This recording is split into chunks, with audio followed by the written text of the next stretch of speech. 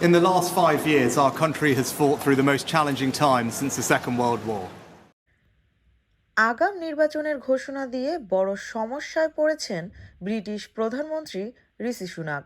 ভোটের আগে তার দলের ৭৮ জন সংসদ সদস্য ঘোষণা দিয়েছেন তারা আগামী নির্বাচনে লড়বেন না।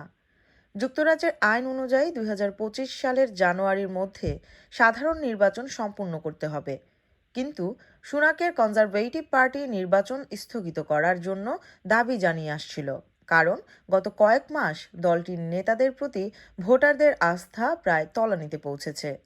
একের পর এক জরিপে দেখা গেছে ব্রিটিশ রাজনীতির ইতিহাস রক্ষণশীল পার্টির সবচেয়ে খারাপ ফলাফল হতে পারে।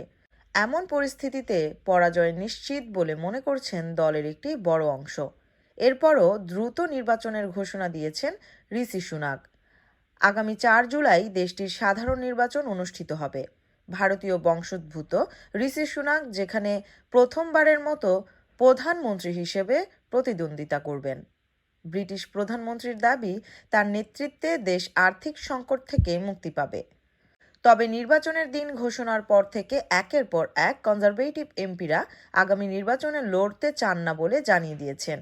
এই তালিকায় প্রাক্তন প্রধানমন্ত্রী থেরেসা মে, প্রাক্তন প্রতিরক্ষা মন্ত্রী বেন ওয়ালেস, প্রাক্তন চ্যান্সেলর নাদিম জাহাভি এবং সাজিদ জাভিদের মতো নেতারা রয়েছেন।